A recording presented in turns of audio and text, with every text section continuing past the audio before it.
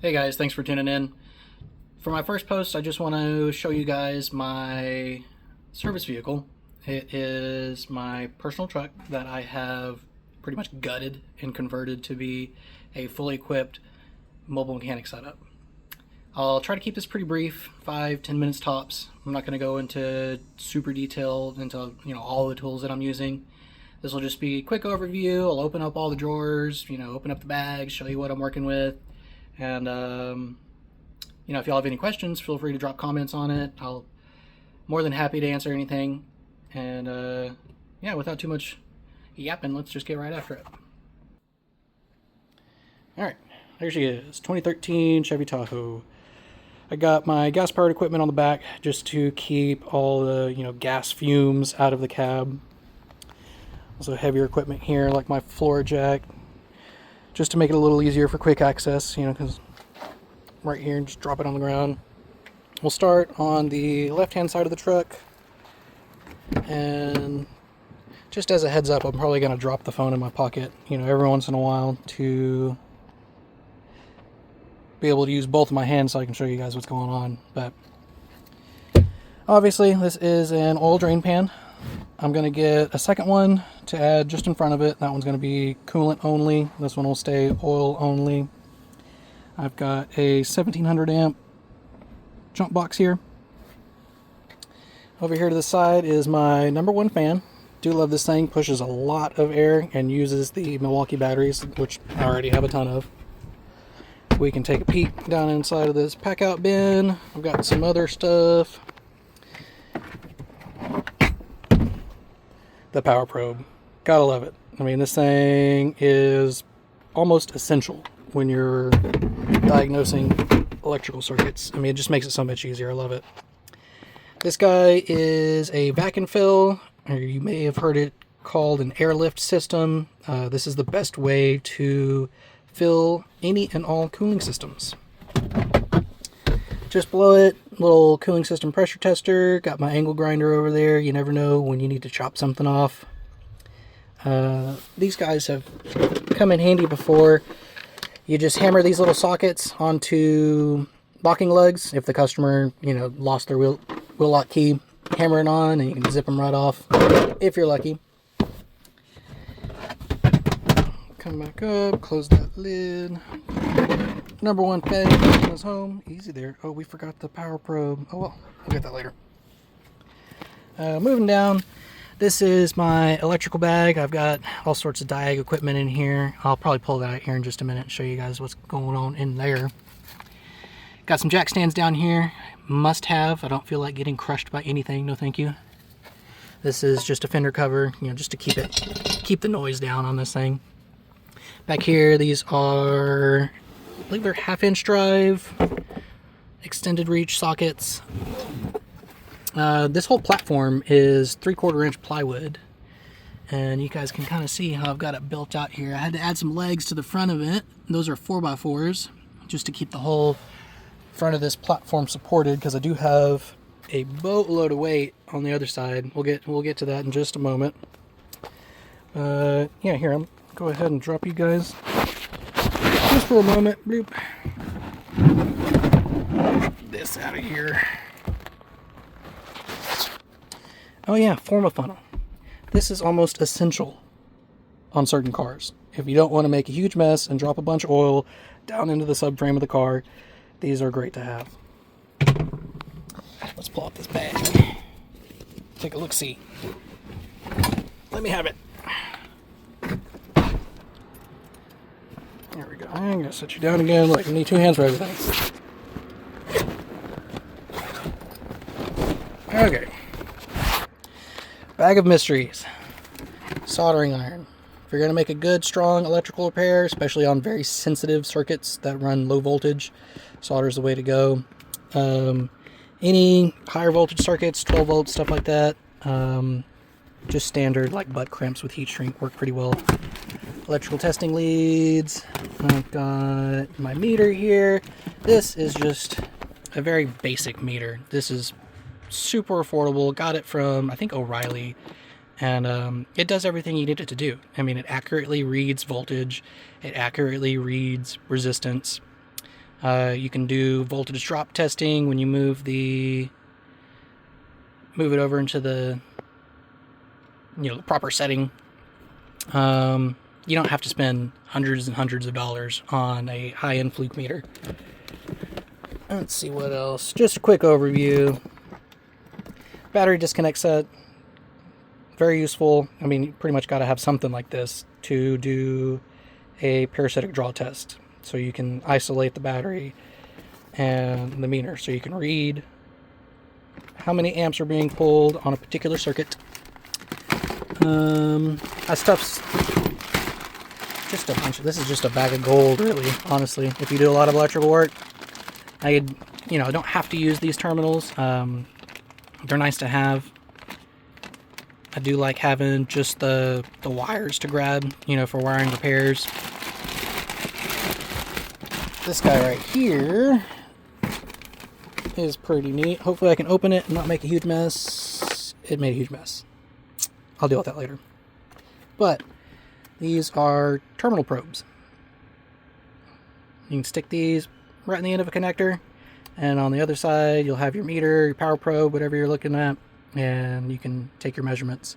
See if you got a good ground, see if you're getting good power, all that stuff. And I'm just gonna leave that alone. We'll pretend that didn't happen. So let's keep moving to the back of the truck as I keep tearing everything up and making a huge mess.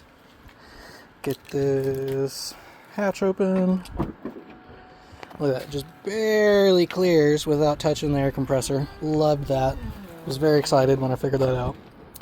I've got my Honda generator here. This guy's just going to keep my batteries charged up while I'm parked at a customer house.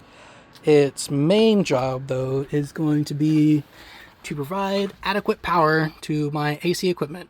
It's a Master Cool AC recovery machine. It'll do R134 and the new 1234YF. Right next to it is dual stage vacuum pump, just so I can pull a deep vacuum on an AC system. Well, I guess we'll just start here and work our way back. Of course, you got to have, this is just a garage floor cover. You can get these at any auto parts store, but so you're not making a mess in a client's driveway. I go through these pretty frequently. Like, I'll buy a new one every month or two just because they get so beat up. Over here in this bag, this is my smoke machine, and I've learned that these guys are pretty fragile. You want to keep them, keep them boxed up if you can. Keep them in a nice, comfortable place, because if this guy's just bouncing around on a shelf, its service life is going to be pretty short. This guy up here is a brake fluid, any kind of fluid, kind of just recovery tank. You just add air to this side of it, pulls a vacuum on the hose, and you can suck up just, really whatever you want to suck up with it. Underneath it, of course, we got wheel chocks, also a must-have just for safety. This is my big floor jack. It deserves a home in the truck because you never know when you need it. Sometimes I work on pretty heavy vehicles, and like fleet trucks, stuff like that. But I keep it with me just to have it. It's also very low profile. So if I'm working on, a car that's slammed to the ground, that one should be able to get under it. But it's kind of buried because I don't plan on using it every day. But when you need it, you need it. And this sucker is like 100 and something pounds. So I did get my new floor jack, also 3-ton rating, and this guy is only about 70 pounds. So I'm cool with taking this off and on as often as I need to, as long as it means I don't have to wrestle with this guy. Down here in the handy bucket, and of course you can see we've got funnels, towels. This is all my quick use fluids. B12, that's good for cleaning throttle bodies. There's an anti-seize down there. White lifting grease. We could go through that, and it's just fluids, really. Torch. I mean, we're in Texas, so we don't really have a lot of issues with rust, but when something's being stubborn, just a little bit of heat, and you'll be back in business. Move over here to the right. step over this easily, try not to fall. This is my old pack out setup. I carried this with me in my previous job. I realize that I'm already over 10 minutes. That is wild. But let's just keep trucking. Love these guys. They are square bits, which is cool. These will not go rolling down a driveway if you drop it on the ground. That's probably my favorite thing about them. And everything's very nice and neat in there. Everything's got its own home. It's got a good weather seal on it, so if I'm working out in the rain, this is probably the first thing I grab. Let's take a look down in here. We've got just some more consumable items, I would say. You know, RTV, tape. That's some, you know, caliper, slide pin grease. We've got, what do we got back there? I can't even see that far. Random socket. Who knows? I do want to point this out, though. You guys might be interested in it. Who knows? Orange thread locker. If you haven't used it, give it a shot. This is high strength removable thread locker. So if you do, you know, if you're going to keep working on the same car over and over again, whether it's yours or clients, you know, you build a good relationship, or you know you're going to see the car again, instead of using the red high strength thread locker that, you know, is a pain in the butt to take off, this still does the same thing that thread locker does. It just, I guess the orange is actually a little bit easier to remove, but it still has all like the anti-vibration, you know, properties that thread locker would have. A little jar right there, that's just dielectric grease. We got some thread sealant, stuff like that. Let's move on down. Let's see here. What do we got? Disconnect tools. These are great to have. Also have some left-hand thread, or, you know, extractors. When you need them, you need them. You can see we got one success story that I just kind of left on there. I'll take it off if I need to. Rethreading kit. This is really just like a thread chaser. You know, if you need it, you need it. That's a seal puller. That's compression test kit here. Stethoscope, and the tip of the stethoscope is down here a little bit further. This is a caliper to measure brake rotors. That's the charging cord for the jump box. There's the other end of that stethoscope. There's just some diagnostic equipment in here. Move over to the side. This is a kit that you need to have for some specific type of caliper. Some of them need to be twisted back in. You can't just push it. You couldn't like take a big, you know, C-clamp and just crush it back in there. You would screw it up pretty bad. So this is an essential kit. A little further down is a belt tensioner tool. This long reach, low profile, very useful to have when you can't fit a ratchet down inside the engine bay. This is an indexing pry bar, or, you know, I've heard it called a lady finger before. But the end of this can be set to pretty much any angle you want, and this thing can pretty much double its length when you open it up here. But one pry bar to rule them all. I do enjoy it. That's about it back here. Oh, you guys might be wondering why I have hockey pucks. What the heck do I don't play hockey. No.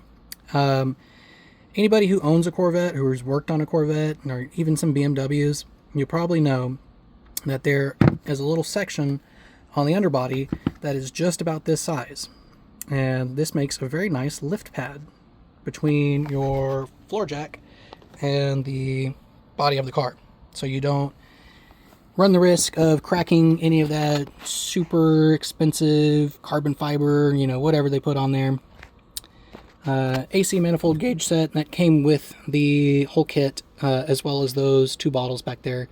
Those will store my used refrigerant, and then I got to take them to an EPA certified recovery facility to get these guys just swapped out. They'll swap me out with a empty bottle ready to go.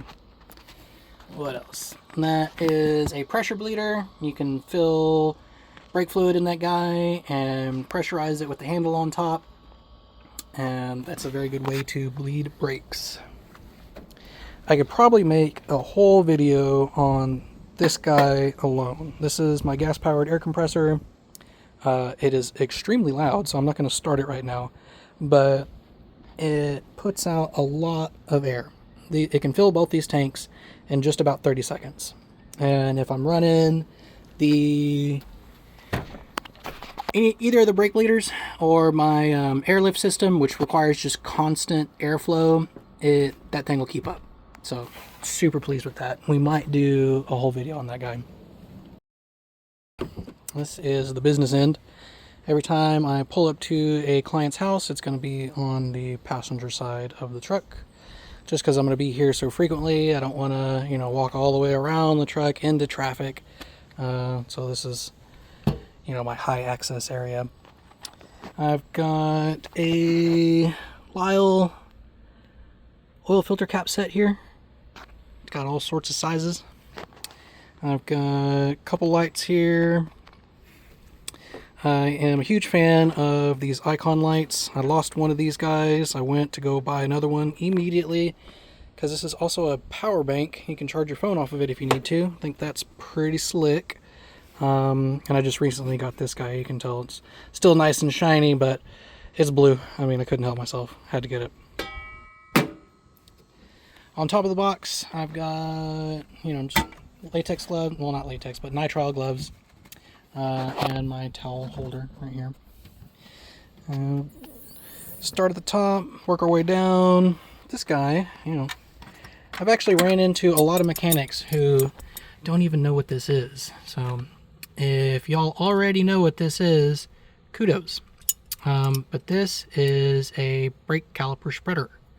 As you twist the top of this, the bottom end opens up, and that's how you can push caliper pistons back into their home. You can see I got my little ASE badges up there. I figured they should live somewhere, right? So they get to live there. But all the power tools are up here. A couple quick access items. I use this thing all the time. Picks, right angle picks. I lose so many of these. I've actually got a bunch more just floating around in here. Impact sockets, every size that you would need to pull lugs off. 17 is going to be, European vehicles. Is this guy 22? Yeah, 22, some American vehicles. This is my 3/8 stubby. Very high torque on this thing. Use the heck out of it. This is probably my single most used tool. This little bit driver here. Got a 1/4 inch attachment on the end of it, and like every car that I'm working on, I'm grabbing this and I'm grabbing this set, and you can you really start tearing into cars. There's the big boy 1/2 inch impact. I've got some of the smaller M12 batteries here. If you put this battery, this bigger M12 on your electric ratchet, you can get a lot more torque out of it. So it rides with me. I got all the M18 batteries here, all the way up to the 12.0. This icon kit, this is just oil filter cap sockets, like low profile, 32 millimeter. Here, we just crack it open real quick. I know we're way over my 10-minute promise, but hey, we made it this far. You can see we go all the way up to 36 millimeter in this set, and they're low profile, so you can get to where you need to get. And we'll just leave this open and start working our way into it. This is AC stuff. Got a little bit of PAG oil here, Schrader valve tool, rubber O-rings. We got some of these metal type of O-rings / seals. Some AC systems use these. These are going to be the connections for the 1234YF, and they do have the adapter on there, so I don't really have to screw with anything. I can just take the adapters off of this one, put these right on there, and we're ready to rock and roll. These are filters that need to be installed when you're recovering refrigerant. If you get a system that has catastrophically failed and you've got metal all through the system, you don't want to be putting a bunch of metal into your recovery tanks. because then it'll be contaminated. So these filters will be installed whenever I'm doing AC recovery. This is my 1/4-inch drawer, also just kind of a catch-all drawer. I mean, I have some random 12-point bits back here. All my eTorque stuff lives back here. I mean, I do use this pretty frequently, but you know, it doesn't really have like a nice holder for it, so they get to ride back there. I use this all the time. This was actually pretty inexpensive. This clutch stuff is from Northern Tool, I believe, and I've had this set for a very long time, and it's traveled with me. It's been, you know, you can tell it's been rained on. It's a little rusty, but I mean, I've never broken one, so I mean, I'm just going to keep on using them. I've got some 1/4-inch stuff over here. You can tell this guy gets used a lot. This is a 7mm magnetic. Love using that guy.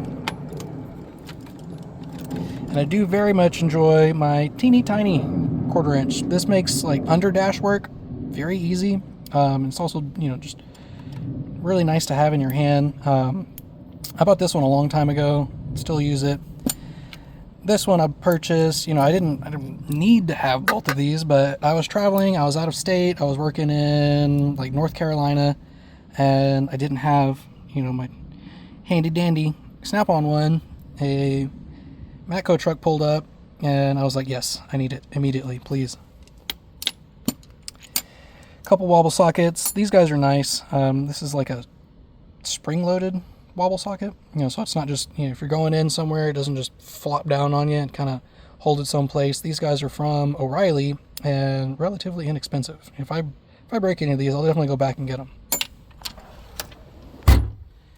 Moving on, what do we got here? Copper crush washers for, you know, drain plugs, stuff like that. These are the heat shrink butt connectors that I was talking about earlier. These are great to have. Very strong connection, also weather resistant just because of the heat shrink. If you actually use your torch and heat shrink them, they work great. But I can't tell you the amount of vehicles that I've come across that use these butt connectors and they don't bother taking the extra step to seal it. So I mean, why use it? I mean, just use your torch. It's not that hard. The rest of this is just kind of a catch-all. Some zip ties, some trim tools, inspection mirror, what is that?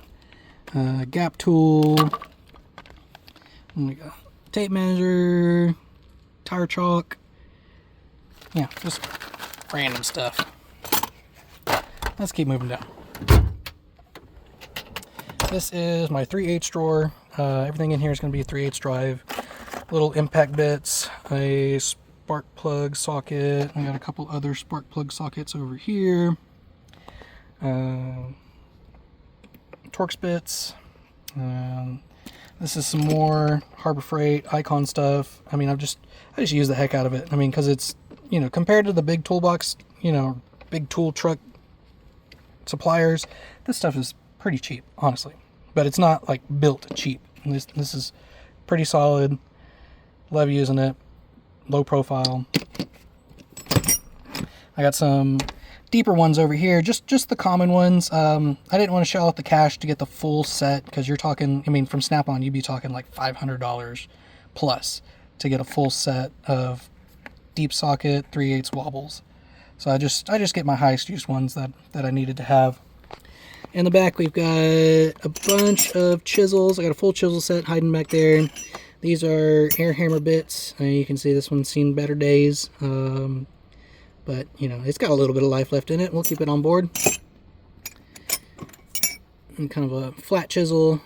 I do sharpen this occasionally just to keep it ready to go. This guy got a whole new makeover. And you can tell I ground the heck out of it. I think I was trying to get a seized bolt out of a suspension, like a strut. And it was just in there. And I was like, I need something that will fit, you know, through the strut and get that bolt out. So I had to, you know, I had to do some customization there. We've got just a plethora of 3/8 extensions. I mean, I'm not pulling any transmissions, so I don't need, like, I've got one that's like super long, but don't need that on the truck. Just this little set right here. This is probably more than what I need. Spark plug socket tool, not spark plug, but O2 sensor. That's for O2 sensors. flush cut pliers, like if you're using zip ties, this will nip it off really close and you won't end up like cutting your hand if you got to go back in there. This is another Icon tool. I mean, I'm just kind of a fanboy at this point. But they're 3/8. I know they came out with a new one that's like a locking flex head, but this one's still, you know, doing me very well. Beat the heck out of it, but it's still holding up. A couple of screwdrivers here, flatheads, Phillips, some stubbies. You know, hardly ever use these. Honestly, this guy right here is more of a pry bar than it is a screwdriver, but it's still called a screwdriver. You can't call it a pry bar. Then you can't warranty it if you use it for prying, so don't tell anybody. Down here is where all my pliers live. We'll start on this side. Hose clamp pliers.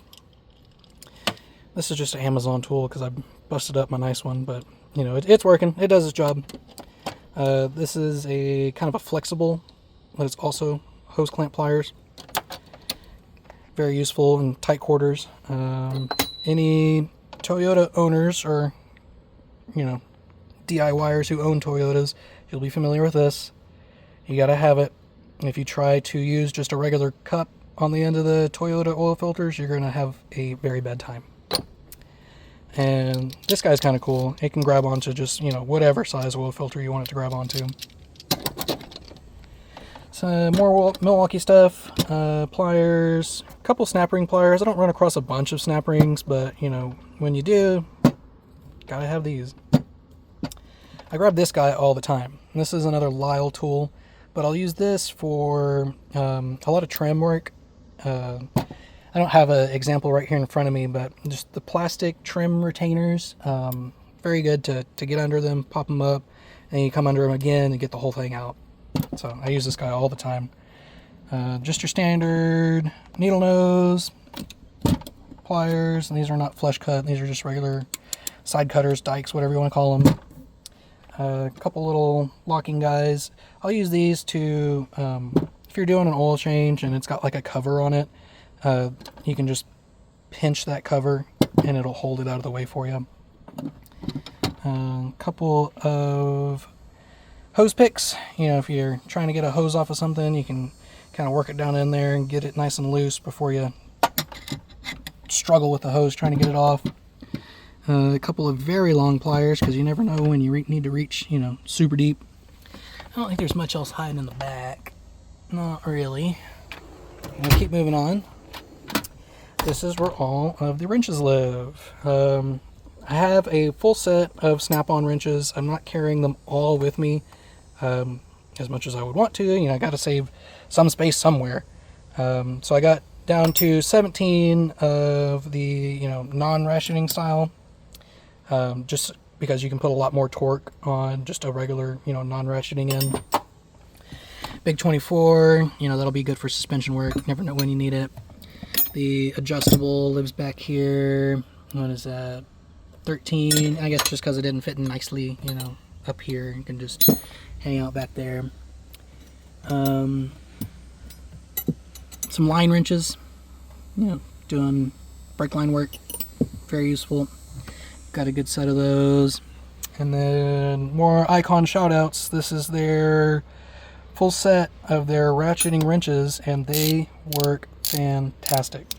I can stand on this. I can put this on a bolt and jump up and down on this side, and I'm not going to break it. It's been a champion. But of course, you might notice that we got an oddball in here. What are you doing here, gear wrench? Because the first thing I lost out of this set was the 10 mil. I mean, that feels like a bad joke at this time, but yeah, this was a little bit cheaper. You can't buy these individually, so Amazon to the rescue. You know, just I bought 2 or 3 of these actually, and just keep a couple for backups. And you got little baby wrenches in here. You never know when you'll need them. Like under dash work, a bolt or a nut that you can't really get to with a you know, socket and a ratchet. So these get to ride along with me. The bottom drawer's got all my heavy stuff in it, and fortunately I can just barely, I mean, I'll probably end up chewing up my weather strip. I might have to do something about that, but if I angle it just right, I can get it all the way out of here. But we got the sledge in here for when you're done asking nicely. I had to replace my ball peen hammer recently, so this is, you know, fresh and clean. I broke my other one. That was actually like a Blue Point. I've had that since I graduated school, so I was kind of sad to see it break, but we got a new one. Dead blow mallet. And this is right here. That's just a really long breaker bar that just barely fits in the box. This is where my air hammer lives. 1/2-inch drive. And this is, you know, also one of the first tools that I bought. Snap-on, 1/2-inch, pretty long. Still works great. Here's some more of that. O'Reilly, you know, like U-joint kind of spring-loaded stuff. They came in a full set, and can't say enough good stuff about those. Another trivia point. If anybody knows what this is, kudos. This is an impact driver. You put on, it's 3/8 drive. You can put on any kind of 3/8 socket, bit, whatever, doesn't matter. And you give this a twist to the left, or you can twist it to the right, and then you give it a good smack. And what that does is it pushes in and twists at the same time, so you don't strip out whatever it is that you're working on. This works great for set screws that are on like brake rotors, stuff like that. More Icon stuff, surprise, surprise. This is their 1/2-inch drive, wobble sockets, also low profile. I did want to get the deep ones, but you know, this works fine. You know, I've got some deep sockets. We saw them over there on the other side of the truck a little while ago. The tray doesn't hold up very well, but hey, who cares? You know, they're not rolling around anywhere. And they're, you know, I can just leave them out in the rain. You know, this is still dirty. It's fine. They don't care about it. You know, I didn't spend $800 on this set, so I'm not gonna, you know, baby it. That's about it for the heavy drawer. We'll keep working our way down. I know this video is getting super long at this point, but you know, it's all right. If you're watching, and you might want to see what all we got going on. This guy, in its previous life, it was spent torquing head bolts all day long, and it would chew them right up. I loved it. This is a torque wrench with an angle meter. Oh, I don't have the batteries in there. Can't turn it on. But it'll do torque. It'll do angle. It'll do whatever kind of unit you're measuring in, foot pounds, inch pounds, Newton meters, you know, whatever you want to do. But these days, it's going to enjoy its retirement just torquing down lug nuts. That's probably about all I'm going to use it for. I might do the, you know, random lifter job here or there, or I'll be pulling a cylinder head off, but that's not really something you want to get into while you're working mobile. I'm just going to leave that there for now. This is my new hotness, Autel. This is the 906 Pro with the TPMS reset function. I can't say enough good stuff about this scanner. I used one at my previous work. I loved it so much that I decided to buy my own. The updates are relatively inexpensive. The software they have on there works really great. The tablet is just super quick. It's not corded. You can tell this is the dongle for it. You just plug that in, fire up the scanner, it reads the car. You can do a full code sweep, you know, in like seconds. Well, I mean like a minute. Okay. Little snacks over there in case I get hungry. Just kidding, those are not snacks. But you know, I will use this out in the rain. So I'll leave those in there just to absorb any moisture. Let's see, further down, I guess we can get a good look at the underside of this table here. There's the 4x4s that we were talking about. I've got them, you know, secured with this little metal bracket here, put a bunch of screws in it.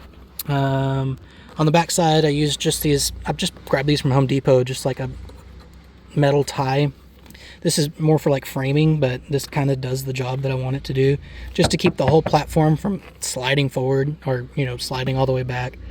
That guy's doing pretty well. Random Milwaukee bag. There's another fender cover that I was talking about earlier. This will be my go bag. So when I pull up to a customer, grab this bag, throw, you know, whatever I might want in there, and then just take the bag up the driveway. We've got a little pair of grabbies because, you know, I mean, I drop stuff all the time. You know, it's nice to have it.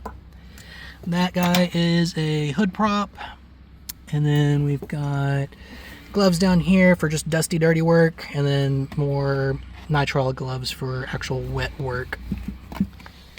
Rain jacket. It's Houston. I mean, I'm gonna work in the rain. Not like lightning and thunderstorms, but if it's sprinkling outside, I'll just throw this on and keep working. It's not a big deal. Don't know what I'm going to use this for yet, but I did clip it to my headrest. And, I don't know, just some quick access. Right now, the only thing I have in here is a magnet. So, good for you, magnet. You can live there. I think that's about it for this toolbox side. One other door we can open, but I don't have a lot in here right now. This guy's cool. I bought it for camping just so we could charge our phones and, you know, run a little fan, stuff like that when we're in the tent. But now it's going to ride with me in the truck. We've got several of these Ego batteries. Powers our lawnmower, blower, weed eater, stuff like that.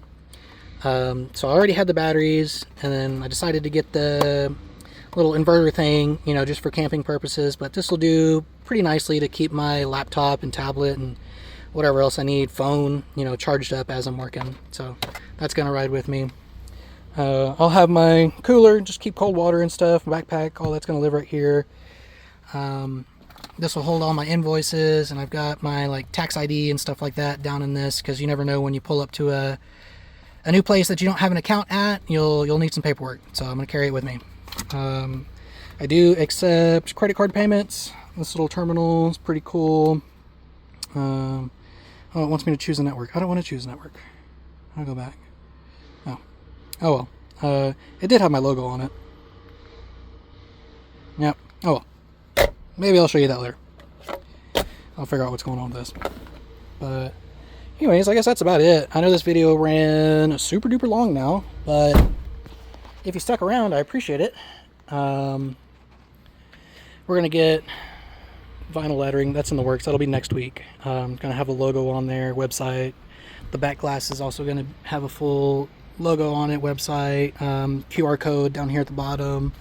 So I'll post some updates on the truck. I'll let you guys know how it's going. Like I said earlier, if you got any questions, just let me know. If you have any suggestions, stuff that I may have overlooked, definitely let me know. I am open to any suggestions, comments. Definitely answer any questions that I can, but like I said, sorry this ran so long, but you know, once I start looking at tools, I just want to keep talking about them. But anyways, thanks for joining me, guys. Hope y'all have a good one.